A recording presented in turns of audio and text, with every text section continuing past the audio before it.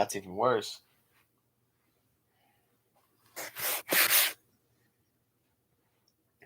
Damn, my hair just be looking on fleek. Not. Hello, Jacksonites, and welcome to the finale of my reviews of the Brendan Fraser Mummy Trilogy. And of course, ending the series with the much maligned The Mummy Tomb of the Dragon Emperor. A title kind of does roll off your tongue, doesn't it? Why not just call it The Mummy, the Dragon Emperor? I think it's fitting. Not much to say history-wise and just in general about this movie. Uh, I of course heard when this movie was coming out. I actually remember when trailers first started dropping. I was pretty pleasantly surprised. I didn't even acknowledge the fact that this was when I was starting to get more involved with anticipating movies. Um, but I didn't expect this movie to exist. I thought for so long after The Mummy Returns, I was like, "Oh, we're never going to get another Mummy movie. It's just going to be a fool's dream." But lo and behold, in 2008, when trailers started dropping, I got excited. I didn't even acknowledge that. Oh, there's no Immotep. It's not in Egypt. It's not really a Mummy movie. It was a Brendan Fraser movie that had Mummy as its title, and he was playing Rick O'Connell. And so I was still excited. I was like sold. I didn't see it in theaters. I kind of wish I did. I didn't see it until it was well after when it was out on home video. I watched it actually at a birthday party for my stepmom was throwing for my dad at her parents' house. It was mostly an adult party. So I was just kind of bored, and I saw that my stepmom's dad had The Mummy, Tomb of the Dragon Emperor, and I asked, "Can I watch this?" And they're like, "Yeah, sure." So they set it up for me, and I sat down and I watched Mummy, Tomb of the Dragon Emperor, and like I said in my ranking video, I was very mixed. There were things about this movie that drove me nuts, but I still tried to enjoy the movie. And in the end, I did. I still do enjoy this movie. And that seems to be the general consensus. Well, the general consensus being not a whole lot of people like this movie. I've seen some people say that they think it's okay. They think it's a decent movie. Like Lord Hellhound, he thinks it's a good movie. And then there's other people on the spectrum that just shit all over this movie. And this movie got, no pun intended, pretty universal negative reviews. But the biggest one that I've seen is Deus Deacon's review of this film on his channel, called this an absolutely terrible, travesty, atrocious movie. And while there are things that I do dislike about this movie, I have to respectfully disagree. I don't think this is a bad movie. I think it's pretty entertaining for what it is. I think it could have been a lot worse, and I do think there was some genuine effort put into this movie. And I think it's slightly underrated. I don't think it's a bad movie at all. Though everybody else seemed to think so. Yeah, this movie got pretty harsh negative reviews. And it made money. It made $403 million against a $145 million budget. Holy shit. So this movie did make money, but it is the lowest grossing of the Brendan Fraser Mummy trilogy, and it did lead to a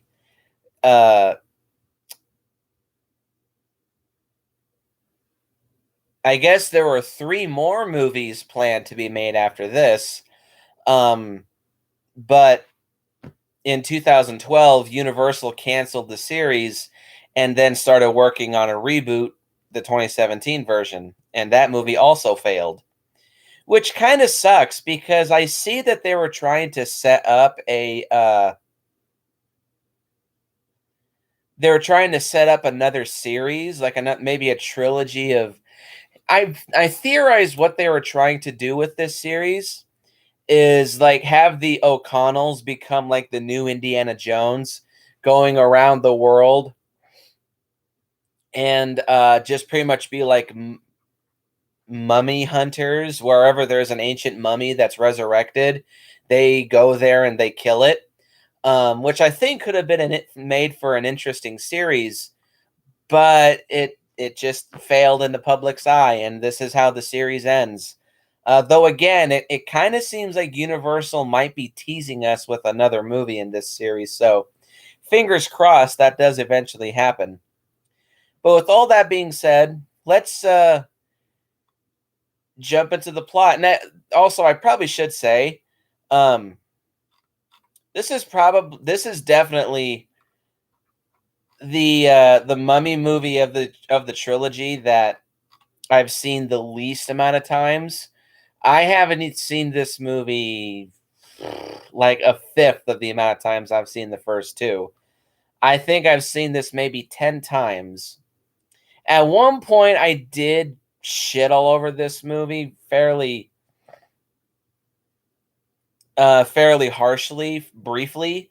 But the last couple of times that I rewatched the movie, it still stayed strong with me. Though, like I said, there are things about this movie that I dislike, which I will get into in just a little while. But let us jump into the plot of The Mummy, Tomb of the Dragon Emperor. In ancient China, a warlord played by Jet Li unites. Yeah, this pretty sure this is the first movie that I've ever reviewed on my channel. No, that's Lethal Weapon 4. But the first movie since Lethal Weapon 4 that has Jet Li in it. A warlord unites the country's kingdoms into an empire and becomes the Dragon Emperor. He orders the construction of the Great Wall of China, where his enemies' corpses are buried underneath the site. This is not true at all, but I see what they're doing. They're just doing this to make this guy totally an irredeemable piece of shit. Eventually learning power over the traditional Chinese Wuxing elements. I think that's how you pronounce it. Basically, he's becoming somebody out of Avatar: The Last Airbender. He's able to wield wood, water, metal, earth, and fire. The Emperor grows fearful that his death will end all he has accomplished and summons Ziyan, I think that's how you pronounce it, played by Michelle Yeoh, a very well-known Asian actress. A sorceress said to know the secret of immortality. He sends her to an ancient monastery with his second in command and most trusted friend, General Ming, to find the long-lost oracle bones. They fall in love, though the emperor lusts for Ziyan. When he witnesses them consummating their relationship, the emperor has Ming executed in retaliation after having Yan perform the procedure and stabs her with a dagger. Having foreseen this event, however, she immolates and imprisons the emperor and his soldiers in clay, turning them into the Terracotta Army, which is a collection of terracotta sculptures depicting the armies of Qin Shi Huang. By the way, I'm not very good with Chinese names, so anyone who sees this and hears me butcher Chinese names, my bad. I'm not nearly as familiar with Chinese names as I am with Japanese names. And fleas. In 1946, geez, 13 years. Alex O'Connell, Rick and Evelyn O'Connell's son, and his archaeology professor, I should say, uh, Luke Ford plays Alex O'Connell, who is 21 in this movie. Damn, really? Of course, Rick O'Connell being once again played by Brendan Fraser, and Maria Bello has been replaced as Evelyn O'Connell, replacing Rachel Wise as Evelyn O'Connell. More on that later. Alex and his archaeology professor Roger Wilson locate the Emperor's tomb. Though attacked by a mysterious woman, they bring his sarcophagus to Shanghai. The British government entrusts the O'Connells to take the Eye of Shangri-La gemstone back to China, a diamond probably about this big around. They learn that Wilson works for a rogue military faction led by General Yang and his assistant, Colonel Choi. Or Coy. No, Choi, yeah. Who provided the financial backing of Alex's expedition. Yang believes the Emperor can lead China out of the chaos following World War II and plans to resurrect him using the Eye of Shangri-La. They open the sarcophagus, revealed to have the mummified body of a eunuch decoy, is a man who's been castrated throughout his. A man who has been castrated. The eye accidentally lands on the statue of the carriage driver in which the Emperor's body resides. Revived, he accepts Yang's services but kills Wilson and flees, pretty violently decapitating him with his bare hand. Despite the O'Connells' attempt to stop him and John Hannah getting his ass lit on fire and spanked by Brendan Fraser. By the way, Jonathan is back and he is again played by Jonathan Hannah, thank God. Along with Evelyn's brother, Jonathan, the O'Connells and the woman named Lynn travel to a stupa, which is a mound-like or hemispherical structure containing relics that is used as a place of meditation in the Himalayas that will reveal the path to Shangri-La, when the Emperor places the eye atop it. With help from Yetis, summoned by Lin, the group holds off Yang's forces, but the Emperor discovers Shangri-La's location, because the resurrected Emperor is OP as fuck in this movie. The Emperor throws a sword at Alex, and he attempts to trigger an avalanche, but Rick shoves Alex aside and gets stabbed instead. Lin takes the group to Shangri-La, where Ziyan still lives and heals Rick's wounds. The group discovers that Yin is Yan's daughter, both rendered immortal due to the powers of the mystical waters. As Rick heals, Alex and Lin grow attached, but Lin cannot bear falling in love with Alex, only to watch him grow old and die. The Emperor and General Yang eventually arrive, and the Emperor bathes in the waters, which restores his human form in youth, and then transforming him into a three-headed, wannabe-looking King Ghidorah bullshit dragon. He kidnaps Lin and flies back to his tomb. He revives the Terracotta Army, declares his intention for world domination, and directs them to breach the Great Wall, after which they will be invincible. The O'Connells and Ziyan pursue the Emperor to the Great Wall, where Yan, using the Oracle Bones, sacrifices her and Lin's immortality to raise an undead army from beneath the Great Wall, led by a revived, one-armed General Ming. As Alex rescues Lin, Yan fights the Emperor and secures the dagger before he kills her. The Emperor retreats into the Great Wall, where he uses his elemental powers to negate the spell, but is confronted by Rick and Alex, while Evelyn and Lin defeat Yang and Choi, them getting violently crushed in two spinning wheels. The Emperor gains the upper hand over Rick, but he and Alex manage to overpower and stab him with the cursed dagger, vanquishing him and the Terracotta Army. Ming and his army briefly celebrate before turning into dust and disappearing. The O'Connells and Lin return to Shanghai, where Alex and Lin start a relationship. Jonathan moves to Peru with the Eye of Shangri-La, intending to live somewhere with no mummies. not knowing that mummies have recently been discovered there, which is a shame because imagine Peruvian mummies.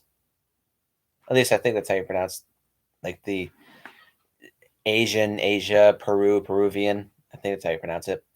So how about this story? I don't think it's that bad. I think it's different. It's unique. It's well told.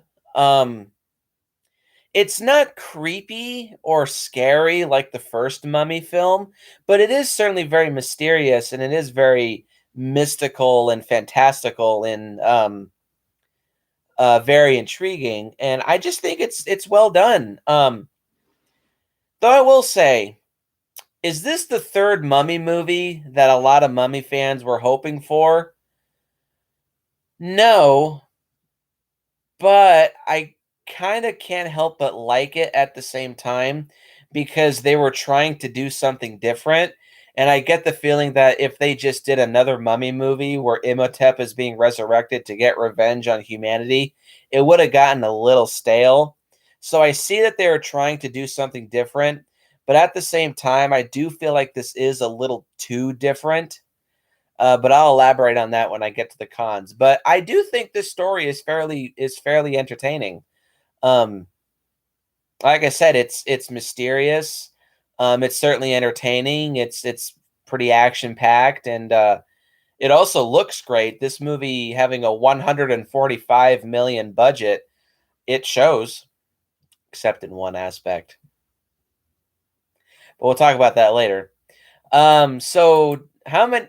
Let us get into the pros and cons of the Mummy, Tomb of the Dragon Emperor. Which I'll talk about this first to continue. Pro number one is the great mythology. Similar to the first Mummy film, I think the story and the mythology of this movie is fairly well done.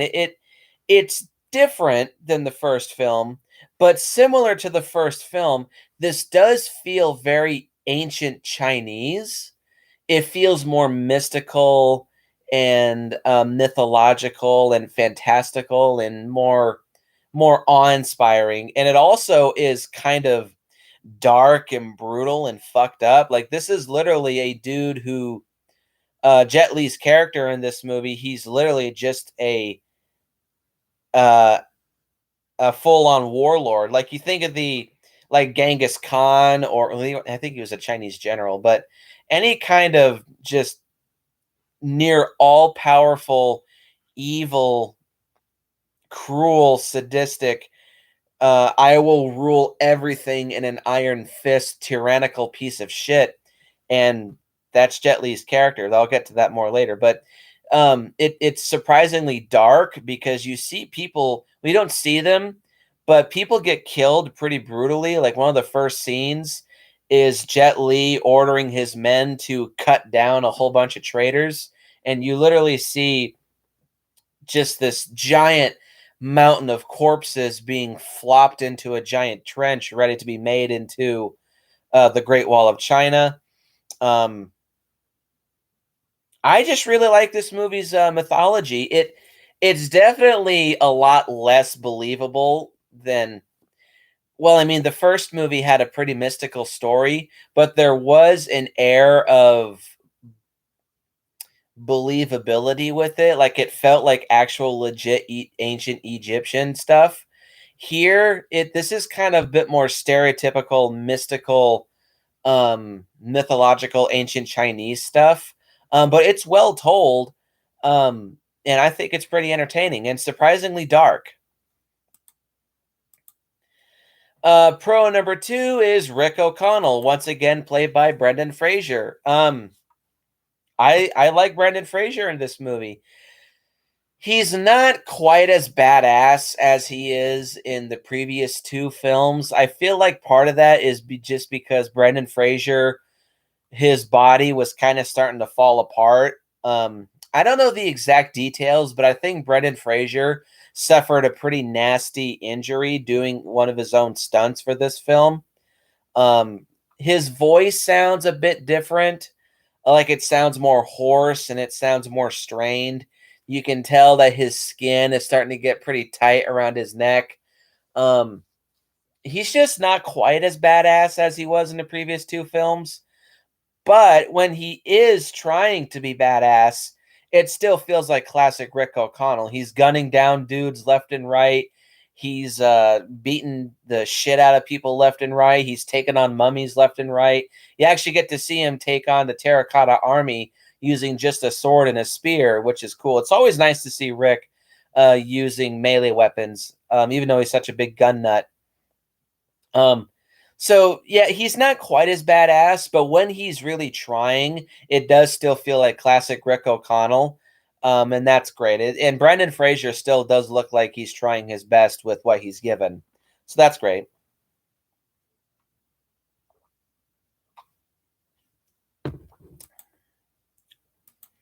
Oh, and by the way, there's no burp fuel today. It's just fruit punch. Although it is fitting that I have it in my skull mug.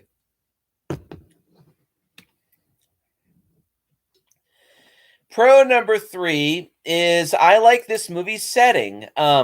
This is separate from the mythology, but overall, I like the setting. It does feel like a breath of fresh air from all the deserts and the just high heat, high temperature, yellowish brown landscapes of the previous two films. Though the jungles of Amshare certainly did help, but we go from we go from Shanghai to London to the Himalayas to China. It feels like a classic adventure movie and us going all over the world. And we get just a little bit of everything. We get rainy cityscapes. We get snow for the first time in a mummy movie, which is cool. Um, Even though I'm pretty sure a lot of the snow in this movie was sand. I don't know though. Um, we get some classic deserts that make it look like another mummy film, which is great.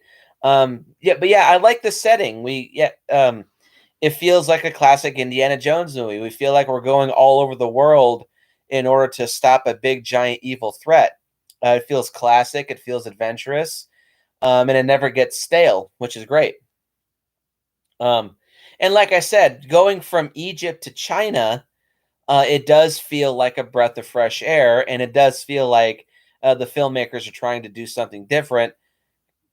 Because, like I said, I feel like if this movie yet again was to take place in Egypt, I think it would have gotten stale.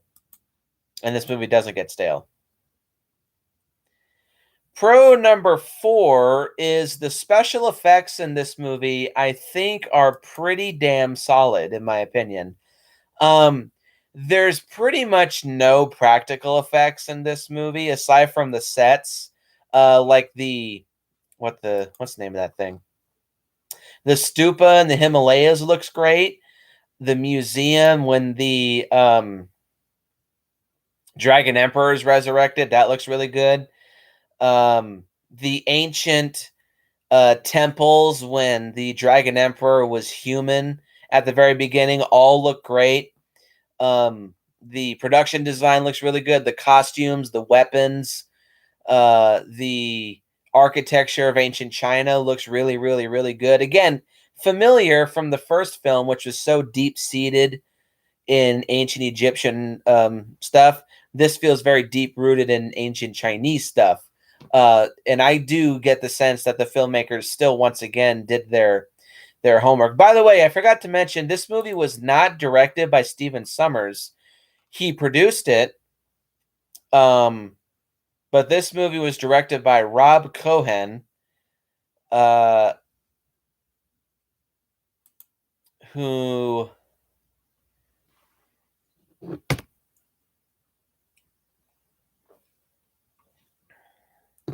also directed the first Fast and Furious film, and he also directed Triple X, which is kind of fitting because he does look like an older Vin Diesel with a mustache. Um, he also directed Stealth and The Boy Next Door. Ugh.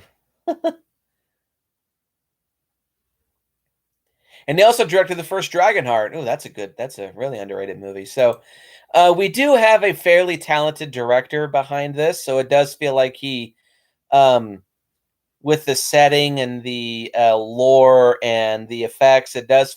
We do feel like we got a guy who knows his shit behind the director's chair. Um, but yeah, the special effects I think are really good for the most part. It is mostly CGI aside from the sets. There's some green screen work done here, but the sets look really good. And I think the CGI overall looks pretty decent for 2008. Again, a 145 million budget. This definitely shows because all the sets and costumes and weapons and such look great. It also still does look like the 1940s. Just a nice progression. The first one was the 20s. The second one was the 30s. This one's the 40s.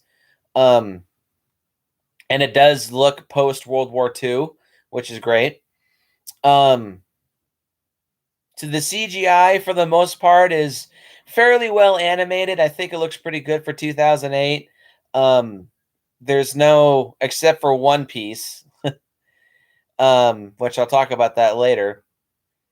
But all the CG mummies look really good. The Dragon Emperor in his mummy form is really, really, really good. And I'll talk about the Dragon Emperor in just a little bit, but he looks great.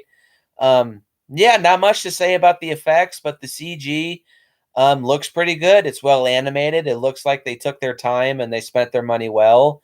And it's used effectively, in my opinion. Pro number 5 is the action scenes in this movie are pretty damn good, in my opinion. There's a fair bit of action throughout this movie. This movie is a little shorter than the previous two. The first Mummy was like 2 hours and 4 minutes. The second one was almost 2 hours and 10 minutes. This movie is only an hour and 52 minutes. But there's still a fair amount of action that's spread all throughout this movie. It's a good balance of character, plot, lore, action, character, plot, lore, and action. And the third act is almost entirely action with Alex and his or Rick and his family, along with Z Yun and Lin, and as well as Jonathan taking on the Terracotta and Chinese armies. There's lots of guns, there's lots of bullets flying, lots of explosions, lots of good sword play, lots of good hand to hand combat. And since this movie is rooted in more ancient China stuff, there's a lot more martial arts like wushu, kung fu, and Wing Chun showcased in this movie. The choreography is fairly well done, especially if you have a martial arts legend like Jet Li, and as well as a very skilled martial arts actress like Michelle Yeoh in your cast, and you don't showcase their shit, something's wrong with you. But um, Jet Li and Michelle Yeoh, they handle their choreography very, very well. Sometimes the editing is just a little too frenzied and choppy, but it's nothing like Resident Evil: The Final Chapter, for example. Um, so the martial arts choreography, it's fairly well done. It's also cool to watch um, Rick O'Connell take on the Dragon Emperor hand to hand, even though the Dragon Emperor very easily could have transformed into a lame ass monster ogre thing and tore him to pieces. He actually did decide to take him on hand to hand, and it's fairly well done and entertaining. So yeah, the action scenes in this movie are a lot of fun. They're a little bit goofier, which I'll talk to in a minute. Um, and they don't have quite the same energy as the first two films had, but still, it's fun, it's entertaining, and that's really what action is supposed to do. It's supposed to entertain. The next pro is the Dragon Emperor himself.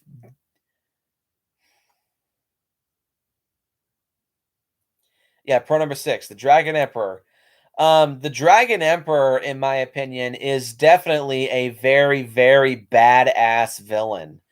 Um, he lacks the charisma and the presence of Arnold Vosloo as Imhotep. But Jet Li still does like give a very intense, mean, cruel, angry performance to this character. He takes the role seriously, and he takes it um, as far as he needs to go. He's a very intimidating and threatening villain. He showcases his powers very, very well. He showcases his hand-to-hand combat skills very, very well, and his swordsmanship skills very well. He definitely makes for a very intimidating villain. I actually think the Dragon Emperor is more badass when he's cursed, before he turns immortal as the clay covered mummy, because he has all these elemental powers at his disposal. He can shoot giant fireballs from his hands. He can breathe fire. He can turn any surface slick with ice. If he grabs the surface, he can like make giant sharp icicles spring out all over the place. He can fire out a sonic scream attack. Um, and he has massive telekinetic powers. Yeah, the Dragon Emperor, when he's cursed, is a total badass. And he can decapitate people with his hands, for Christ's sake. That's how he kills, what's his name? Professor Wilson. He like turns his hand red hot, and he puts it on the dude's neck, and he cuts through the dude's skin, and he cuts through the guy's neck, and he cauterizes the flesh as his hand goes through, so his head falls off seared at the stump. It's a little comical. That's really the only bad green screen effect that's done in this movie. It's just pretty obvious it was a Photoshop green screen effect, but how surprisingly violent and dark it is kind of distracts you from that. And when the Dragon Emperor turns immortal, he trades his elemental abilities for him being able to shapeshift into a giant monstrous ogre looking thing and a straight up borderline rip off looking three-headed King Ghidorah fire breathing dragon looking thing. But still, again, like I said in my ranking video with Lord Hellhound, he he's just kind of a generic evil bad guy, but due to the powers that he showcases in this film, I think the Dragon Emperor still does pose a very, very intimidating villain, and definitely looks like somebody that you would not want to fuck with.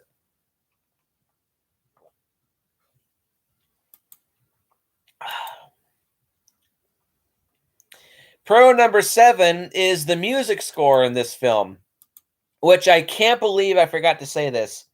So let me add one more pro to the Mummy Returns. Real quick, I will say the music score for Mummy Returns is absolutely fantastic. Um, it's not quite as good as the first film. I don't even think Jerry Goldsmith did it.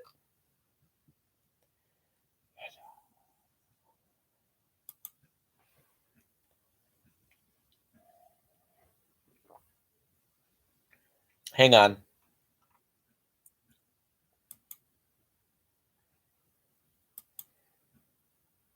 This brings the pacing to a screeching halt. The music for The Mummy Returns was done by Alan Silvestri. Ooh, how about that? He's another really good music composer. I definitely think it's one of his best scores, though it's not quite as good as the first movie. It does serve very good action movie music, which The Mummy Returns is action movie music, which is great. Um, but the music for Mummy: Tomb of the Dragon Emperor was done by Randy Edelman. Let's see, what has he done? He did the score for Twins, Kindergarten Cop, Beethoven, Gettysburg, The Mask, Dragonheart. Oh, so he was a regular Rob Cohen. Daylight and Triple X. So yeah, he worked with Rob Cohen a lot. Uh, and the music for this movie, I think, is definitely very, very solid. It's very different from the first two films. Even though the first two films had a different composers. Okay, Jackie Boy, zip the lip. I knew Jackie Boy would be here at some point because he seems to always hate third installments in trilogies, but it's not that bad. I think the music in this movie is very good, but like I said, the first two films had different composers, but they still sounded very similar, very big and bombastic and orchestral and symphonic. Here, um, well, get back to me on my cameo in your review, Jackie Boy, as soon as I'm done with this. Um, the music here still sounds very badass, and it sounds big and bombastic and action packed. It is a little generic most of the time, though I do like the music that plays when the Emperor is first resurrected and he takes his first breath in 3,000 years. Um, and I also love the title music, the music that plays when the title makes itself known on screen.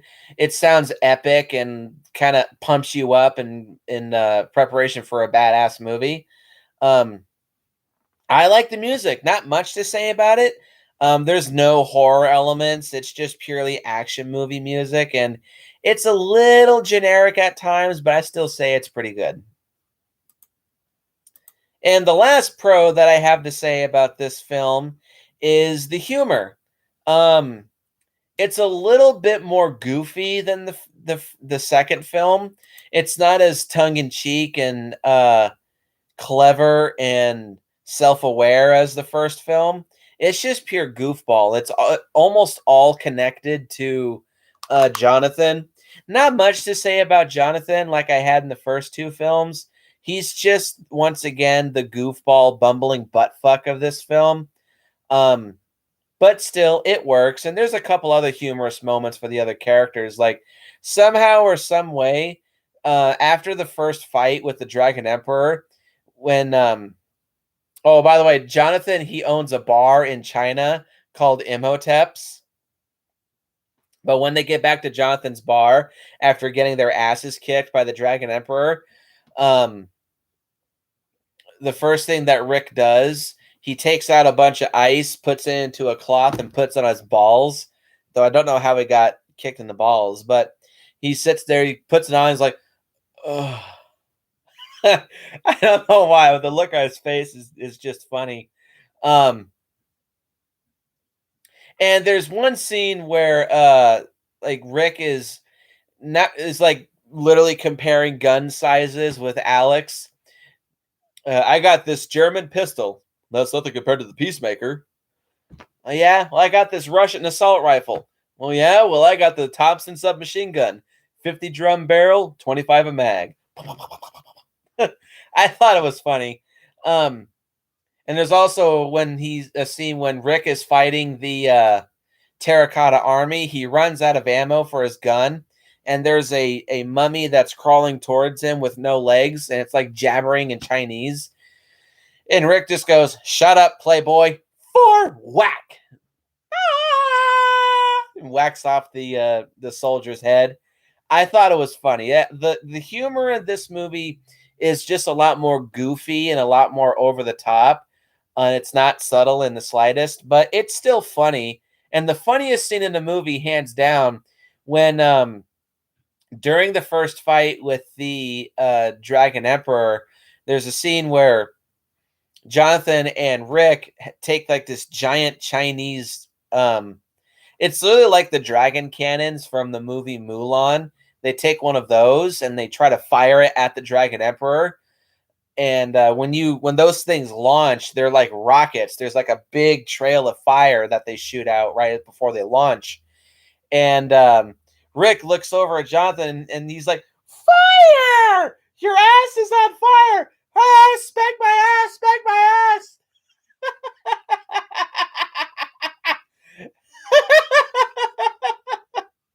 I think it's funny.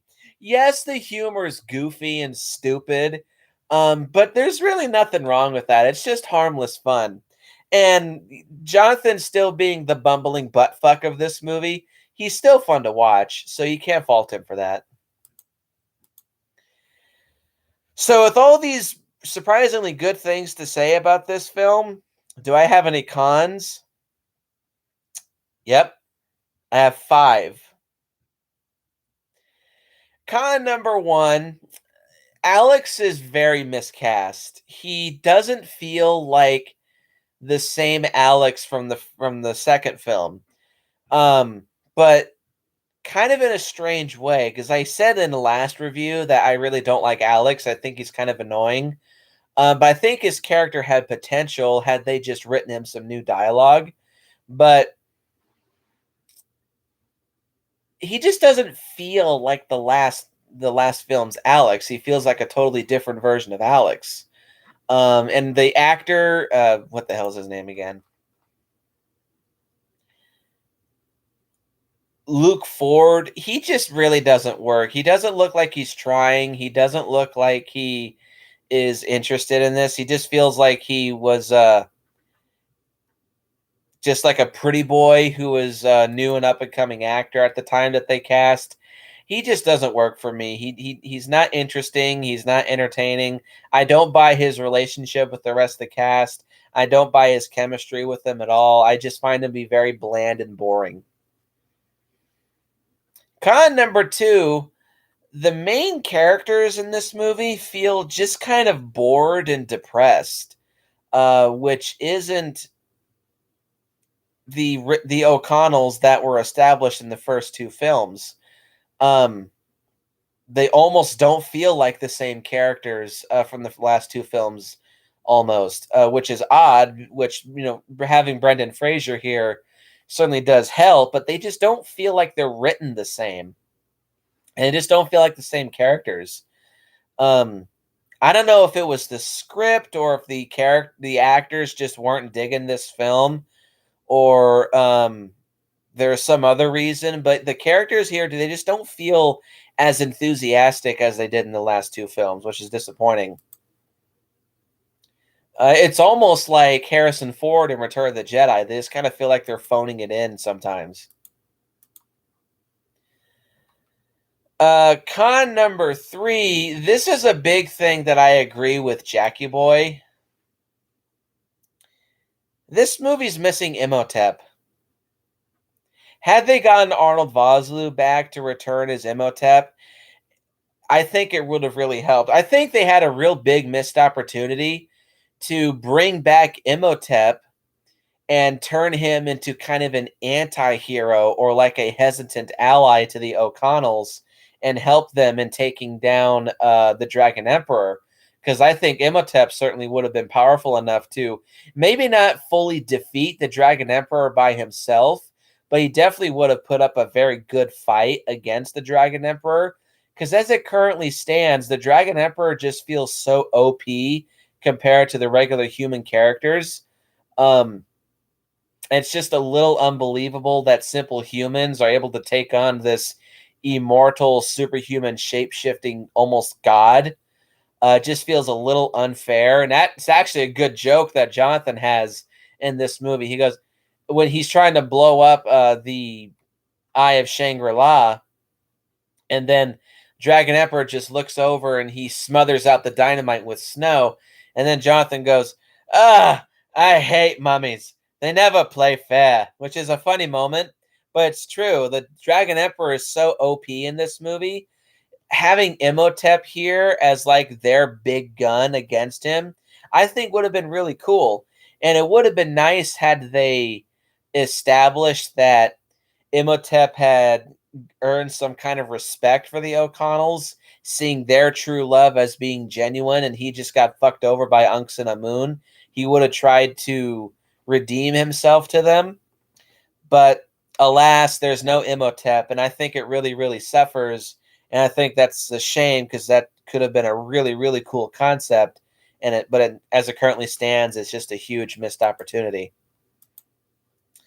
Con number 4 is there's some pretty bad CGI on the Dragon Emperor. Mostly it has to do with as soon as Jet Li, um, they have the bad CGI Jet Li face on the three-headed King Ghidorah wannabe dragon. when he bathes himself in the immortality waters. It looks so terrible. It looks so bad and cringy and cartoony and looks unfinished. That looked like a rushed effect that they just threw into this movie because why not? Um, the CGI Jet Li face in this film is just awful. And the CGI that's used on the Emperor's monster forms doesn't look terrible, but it does mostly it's kind of a shame that the he's called the Dragon Emperor, but he isn't the dragon for very long. He mostly transforms into the um ogre monster thing, which kind of sucks because the dragon it looks cool even though it looks like a straight up King Ghidorah ripoff wannabe thing. Um, so they can't even hold up on the fact that he's the Dragon Emperor. Is it because he breathes fire? Whatever. Um, but the bad CGI on the Dragon Emperor's face and his monster forms, it really sticks out like a sore thumb. Either they could have just stuck to one form or they could have just funneled more money into the CGI, but woof, holy shit.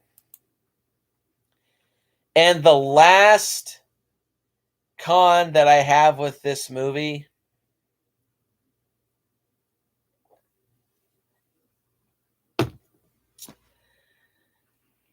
is Maria Bello as Evelyn O'Connell. Completely miscast.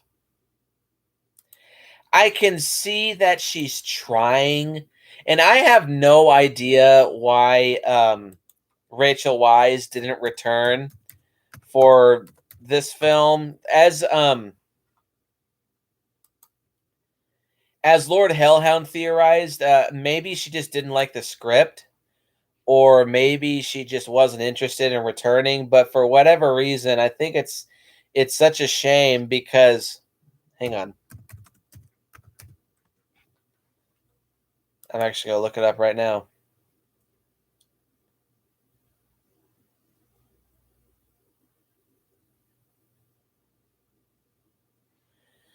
According to director Rob Cohen, it was because Wise refused to portray someone with a 21-year-old son and simply did not like the script enough to sign on. Okay, um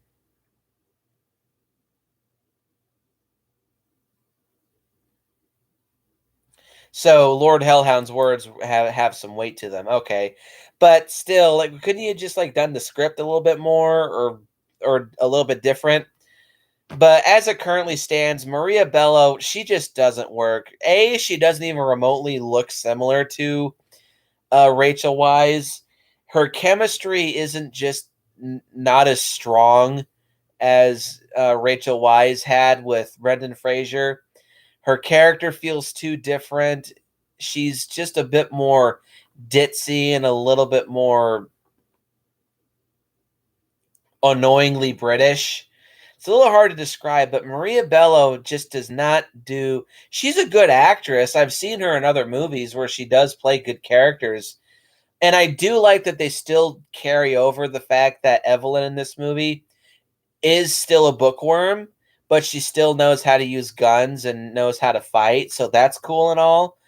But she just doesn't do it. She's really the worst thing about this movie, in my opinion, because she sticks out like a sore thumb so much so, and she is so jarring going from Rachel Wise to Maria Bello. It just really doesn't work, and it doesn't ruin the movie, but it does taint it quite a bit for myself. Even when I first saw this movie, I just could not get over that casting. And to this day, I still can't. She's really the worst thing about this movie, in my opinion. Um, and that'll actually wrap it up.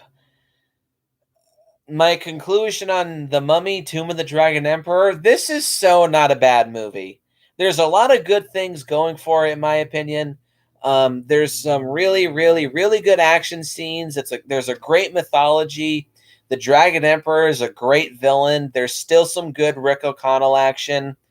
It shows its budget very well, aside from the bad Dragon Emperor CGI.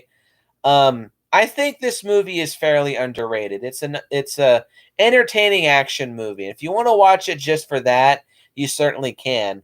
And also, if you are a big Mummy fan and you want to see something a little different from when this series was trying to branch out and do other things, this is really your only option.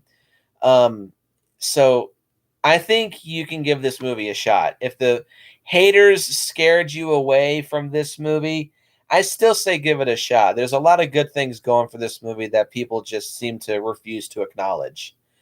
So I'll be giving this movie a fairly solid 7.5 out of 10. It's enjoyable, it's entertaining, it's well made. Um, it's not as good as the first two, but it's not as bad as the haters say it is. So that'll do it for this review of The Mummy, Tomb of the Dragon Emperor, and that'll do it for my review and little dabbling my toes into the Universal horror movies. Even though this movie's not scary in the slightest. Um, look forward to next week where we have the return of an old series.